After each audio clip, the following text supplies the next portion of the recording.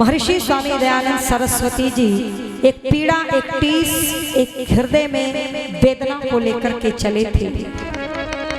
यूं तो उस समय भी भारत ही नहीं, संसार के में संतों की कोई कमी नहीं थी।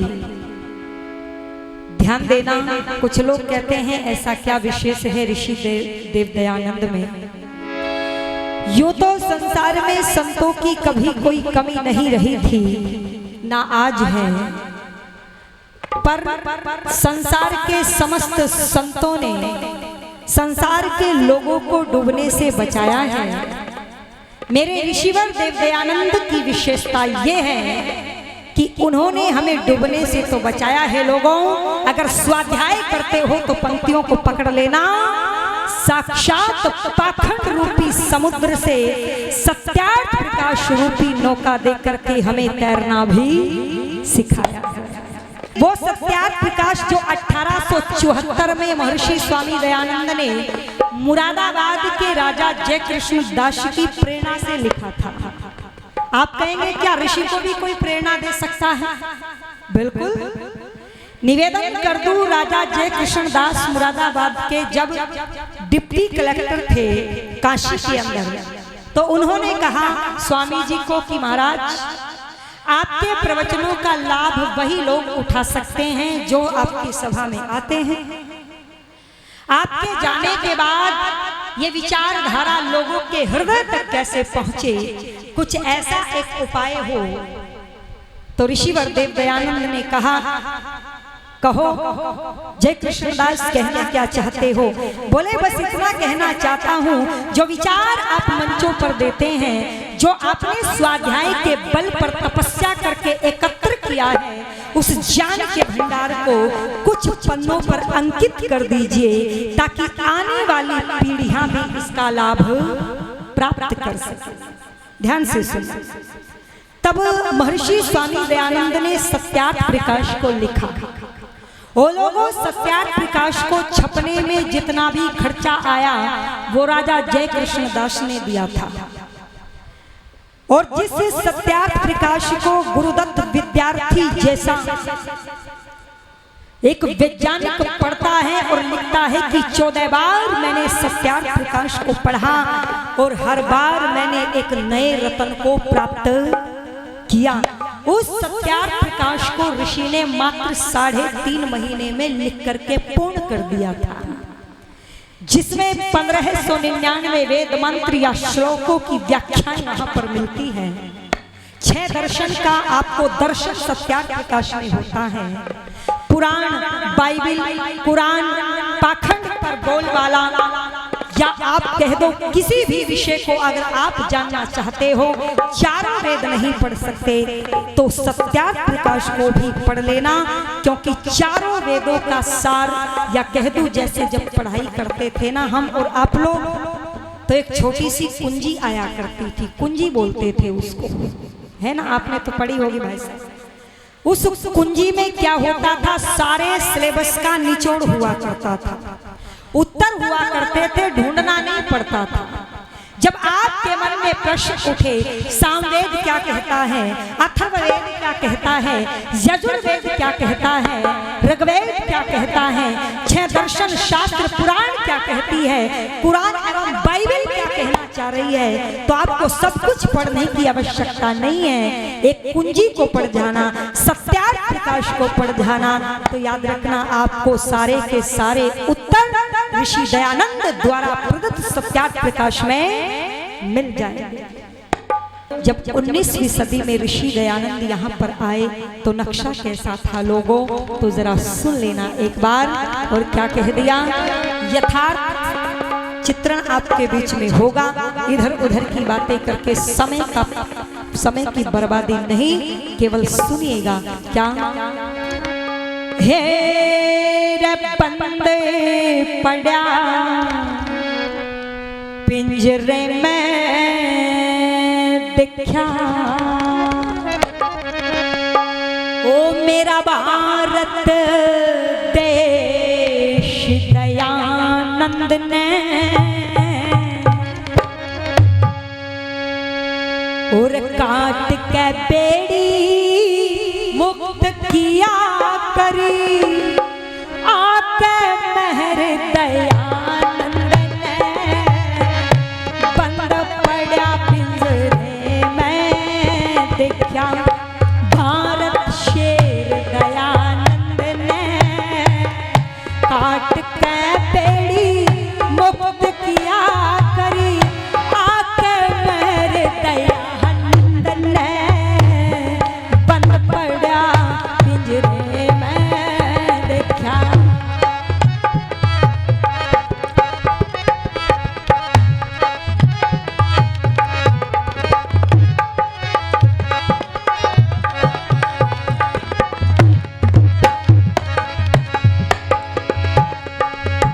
जिस देश में नाम के नहीं काम के आर्य हुआ करते थे लोगों, जब उस देश की स्थिति को देखा मेरे ऋषि ने तो क्या हुआ, सोने की चिड़िया भारतियों देखा नंग ऋषि जी ने पाखंडी ठग पोप लफंगे कर दिए तन ऋषि जी ने पाखंडी ठग पोप लफंगे कर दिए तन ऋषि। सोमनाथ बदरी नारायण सोमनाथ बदरी नारायण का जितना जंग ऋषि जी ने मथुरा काशी हरिद्वार को कर दिया तंग ऋषि जी ने मथुरा काशी हरिद्वार को कर दिया तंग ऋषि जी ने। वृंदावन गोकुल जा पहुँचे वृंदावन गोकुल जा पहुँचे ना लाई देर दयानंद ने काट के बेड़ी मुक्त किया करी आके मेहर दयानंद ने बंद पड़ा पिंजरे में देखा।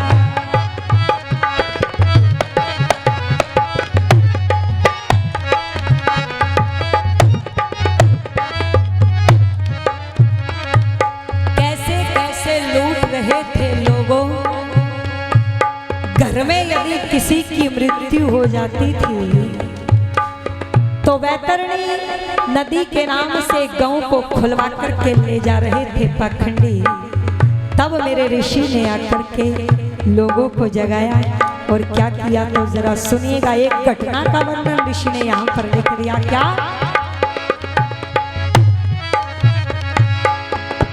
एक दिन बोला पोप जाट से एक दिन बोला पोप जाट से तरसावे मन बाप तेरा गया महीना एक भी तुम्हारे घर आवे से बाप तेरा गया महीना एक भी तुम्हारे घर आवे से बाप तेरा।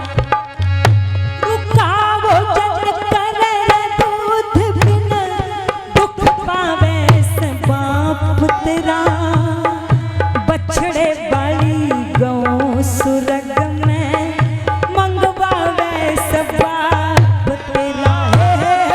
बछड़े वाली गौ सुरग में मंगवावे से बाप। ठग के पोप गौ नर लेगा ठग के पोप गौ नर लेगा छुड़ वादी फेर दयानंद ने काट के बेड़ी मुक्त किया करी आके मेहर दयानंद ने बंद पड़ा।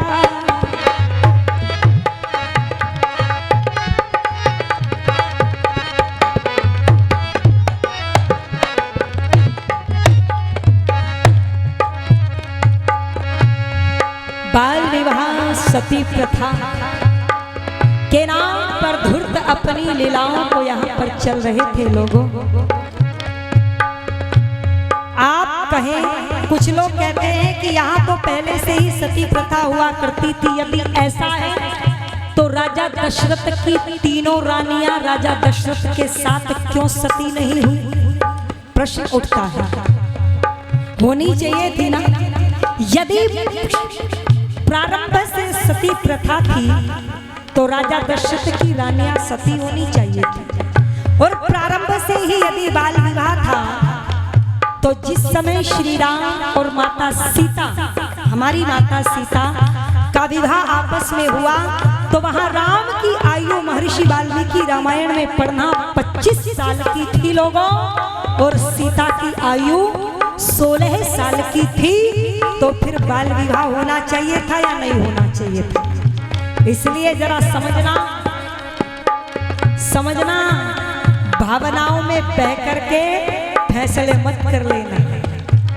वास्तविकता और यथार्थवाद को देखने का आप कार्य करना, क्योंकि आर्य बुद्धि से काम करते हैं। आर्यों के पास विवेकशील प्रजा और ऋतंभरा भी होती है, और यदि वह भी पाखंडियों की तरह तालियों में बह करके ऐसे ही चले तो याद रखना फिर ऋषि देवदयानंद के मंतव्य पूरे होने वाले बोलो नहीं है। और क्या हो रहा था तो सुन लो एक बार।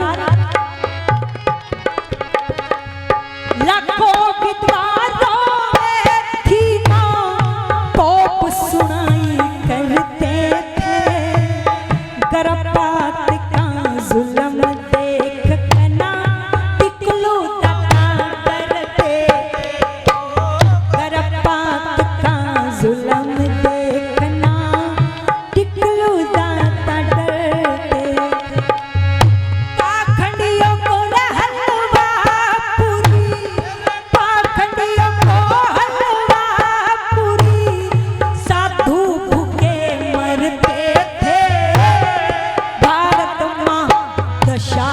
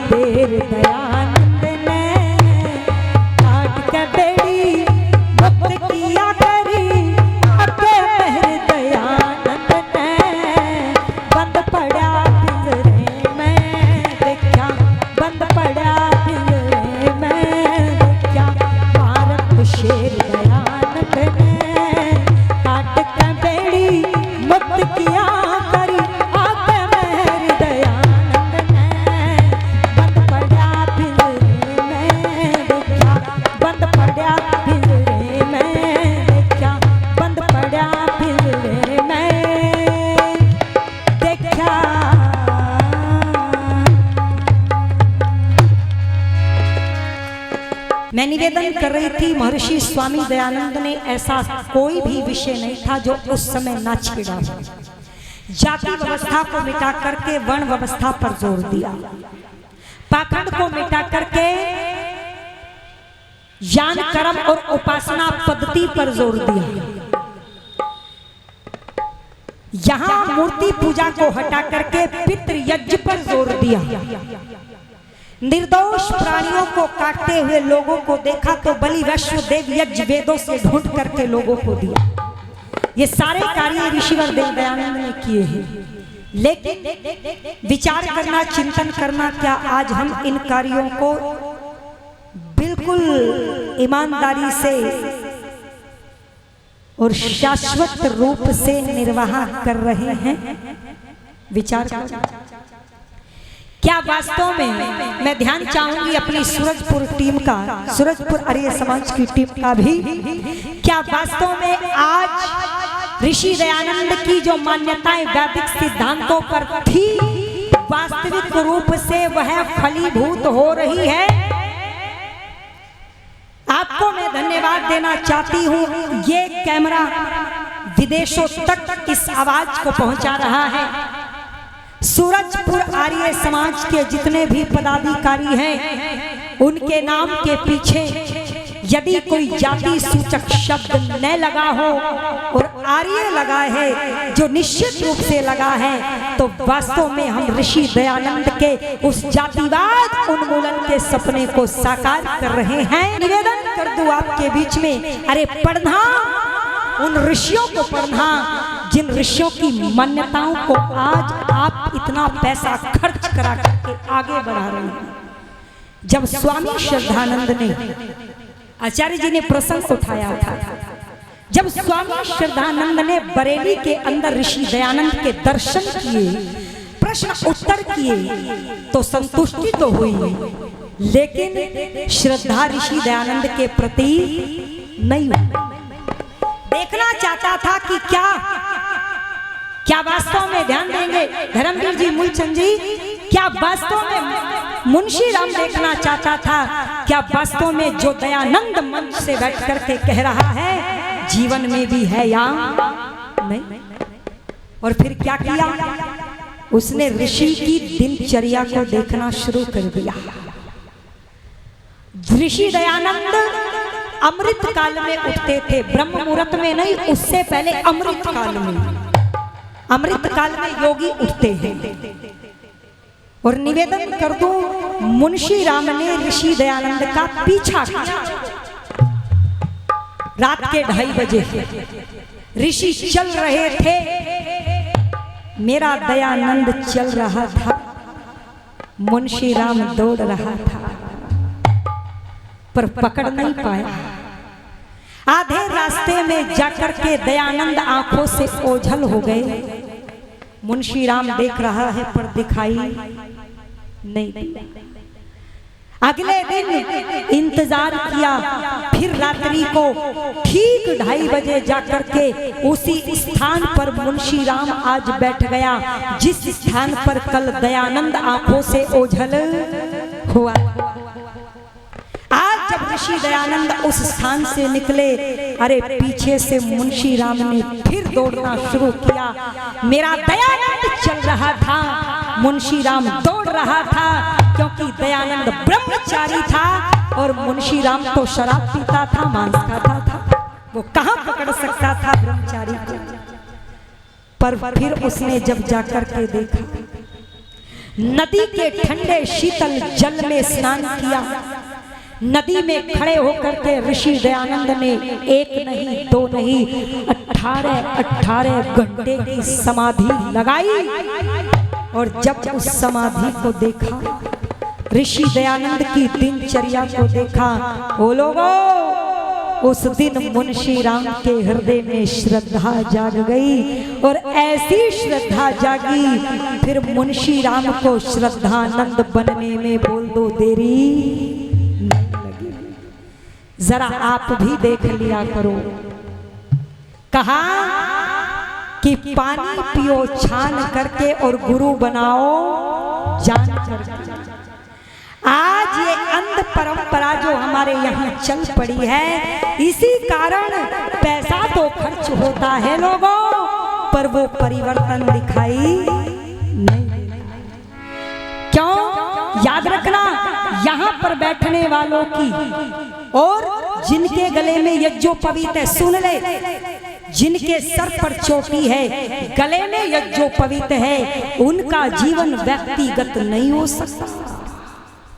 ध्यान देना, ये ऋषि दयानंद के मंतव्य है। उनका जीवन व्यक्तिगत नहीं हो सकता, उनको रूठने का और टूटने का अधिकार नहीं है। यूं तो भारत के प्रधानमंत्री को भी गुस्सा आता होगा, पर क्या वो ऐरे गहरे नत्थू खैरों की बातों पर असर करते हैं? नहीं। निवेदन कर दूं, यूं तो दयानंद पर भी ईंटें और पत्थर मारी गई थी, पर क्या ऋषि दयानंद ने ईंटें और पत्थर मारने वालों को लेकर के वैदिक सिद्धांत को छोड़ दिया था? नहीं। आज इस मंच पर बैठ करके कुछ व्यक्तिगत जीवन को भोग विलास में जीने वाले लोगों को जब अन्य लोग कहते हैं तो लोग क्या कहते हैं? हमें क्या लेना देना, उनका ये व्यक्तिगत जीवन है। एक वायरल हुई थी वीडियो ज्योति मौर्य की, ध्यान से सुन। मुझे नहीं पता ज्योति मौर्य की बात सच है या झूठ, मैं इस पचड़े में नहीं पढ़ना चाहती। मुझे नहीं पता अशोक ठीक है या ज्योति ठीक है, कोई भी ठीक हो, मुझे क्या लेना देना, वो उनका अपनी बात है। लेकिन आज से पहले भी, ज्योति मौर्य से पहले भी पता नहीं कितनी पत्नी अपने पति को छोड़ करके भाग गई होगी, पर क्या उसका समाज पर कोई बुरा असर पड़ा? नहीं पड़ा। रोज भाग रही है, भागते रहो, किस पे क्या फर्क पड़ता है।